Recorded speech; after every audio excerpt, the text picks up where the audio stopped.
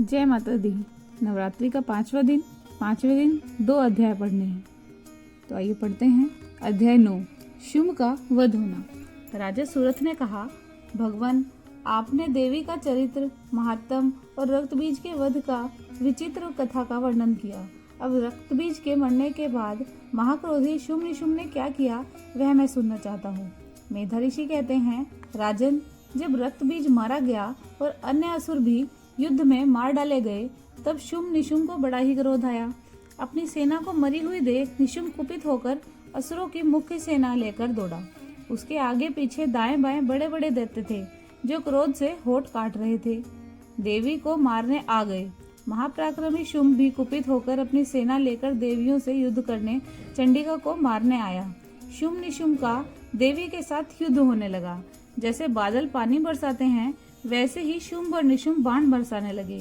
चंडिका ने अपने बाणों से शुंभ निशुंभ के चलाए हुए बाणों को काट डाला और उनके अंगों में बहुत से बाण मारे। निशुंभ ने पैनी तलवार और एक चमकती हुई ढाल लेकर देवी के वाहन सिंह के सिर पर एक प्रहार किया। सिंह के सिर पर तलवार लगते ही देवी ने शूर्पण नामक शस्त्र से निशुंभ की तलवार अष्टचंद्रक ढाल को काट डाला। ढाल तलवार कट जाने पर निशुंभ ने एक शक्ति चलाई। देवी के सामने आई हुई शक्ति को चक्र से काट कर 2 टुकड़ों में देवी ने कर दिया। कुपित निशुंभ ने एक शूल चलाया। देवी ने मुक्के के प्रहार से उस शूल को चूर चूर कर दिया। तब उसने देवी पर एक गदा चलाई। देवी ने उसे त्रिशूल से काट कर भस्म कर दिया। उसके बाद हाथ में परशु लेकर आते हुए निशुंभ को देवी ने बाणों के प्रहार से पृथ्वी पर गिरा दिया। महापराक्रमी निशुंभ के गिरने पर उसका भाई शुंभ कुपित होकर देवी को मारने दौड़ा। वह रथ पर सवार हो हाथों में बड़े बड़े अस्त्र शस्त्र लेकर लंबी भुजाएं आकाश में फैलाकर युद्ध भूमि में आया। उसे आता हुआ देखकर देवी ने शंख बजाया, धनुष की प्रत्यंचा की टंकार दी। दैत्यों की सेना का तेज नष्ट करने वाला वह घंटे के शब्द से सब दिशाओं को भर दिया। सिंह ने भी बड़े बड़े हाथियों का मद चूर करने वाला महानाद से पृथ्वी, आकाश और दिशाएं गूंज दी। काली ने आकाश में उछलकर दोनों हाथ पृथ्वी पर दे मारे। उसके शब्द से पहले के सारे शब्द विलीन हो गए। उसके बाद शिवदूती भयानक शब्द से गरजी। वह शब्द सुन असुरों की सेना भयभीत हो गई। तब शुंभ को बड़ा ही क्रोध आया।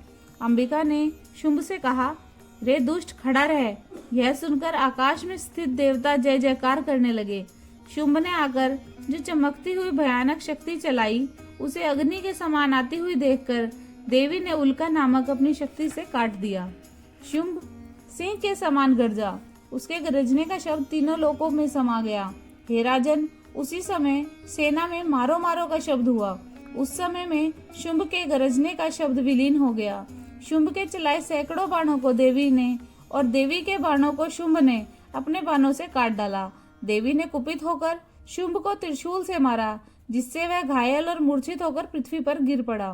फिर उसी समय निशुंभ को चेत आया और वह धनुष लेकर बाणों से काली देवी तथा सिंह को मारने लगा।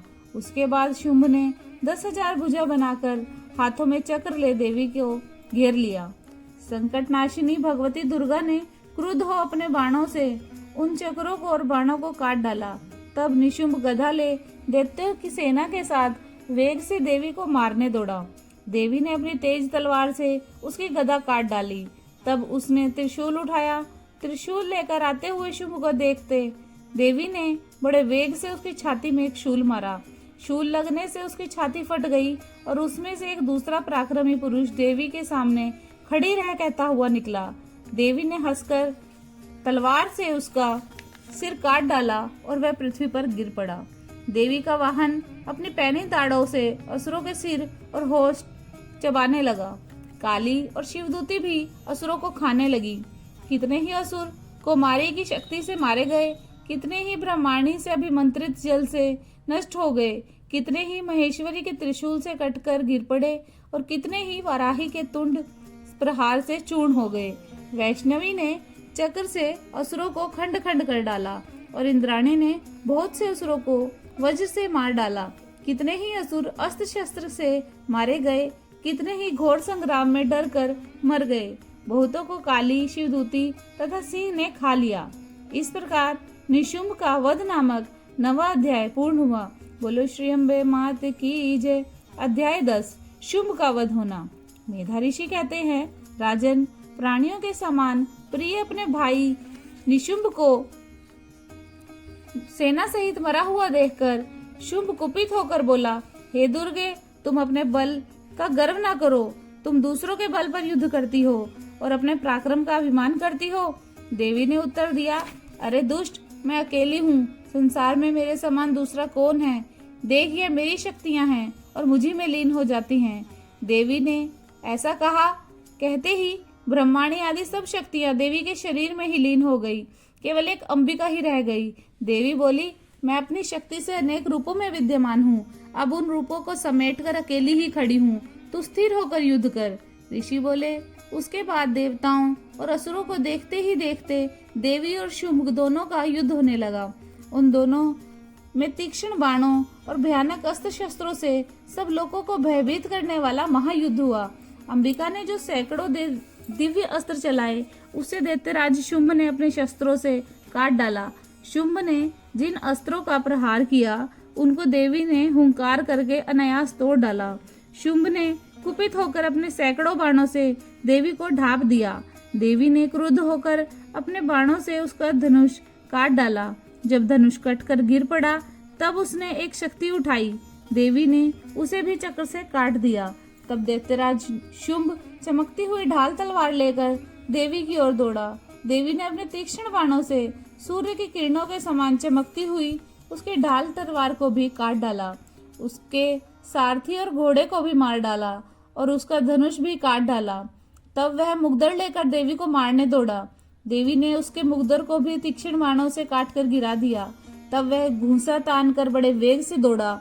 उसने देवी की छाती में घूंसा मारा और देवी ने उसकी छाती में थप्पड़ लगाया। थप्पड़ लगते ही दैत्यराज शुंभ पृथ्वी पर गिर पड़ा और शीघ्र ही फिर वह उठकर खड़ा हो गया। फिर वह देवी को उठा उछलकर आकाश में खड़ा हो गया। वहां भी देवी निराधार हो शुंभ के साथ युद्ध करने लगी। आकाश में देवी और शुंभ का बाहुयुद्ध देखकर सिद्ध और मुनियों को बड़ा ही आश्चर्य हुआ। चंडिका ने बड़ी देर तक आकाश में उसके साथ युद्ध करके उसे ऊपर उछालकर घुमाया और पृथ्वी पर फेंक दिया। वह दुष्ट पृथ्वी पर गिरकर फिर से खड़ा हो गया और घूंसा तानकर बड़े वेग से देवी को मारने दौड़ा। देवी ने दैत्यराज शुंभ को आते हुए देख उसकी छाती में एक शूल मारकर पृथ्वी पर गिरा दिया। देवी के शूल से घायल होकर शुंभ मर गया और संपूर्ण पृथ्वी, समुद्र, पर्वत और तथा दीप्त को कांपता हुआ पृथ्वी पर गिर पड़ा। उस दुष्ट के मरने पर संसार सुखी हो गया और सब प्राणी प्रसन्न हो गए और आकाश निर्मल हो गया। पहले जो उत्पात होते थे, सब उसके मरने पर शांत हो गए। उल्कापात मिट गया। नदियां अपने मार्ग से बहने लगी। देवता प्रसन्न हो गए और गंधर्व मधुर स्वर से गाने लगे। बाजे बजने लगे। अप्सराएं नाचने लगी।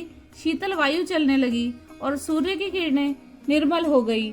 उसके मरने पर यज्ञ की अग्नि फिर से जलने लगी और दिशाओं में जो हाहाकार मचा हुआ था, वह शांत हो गया।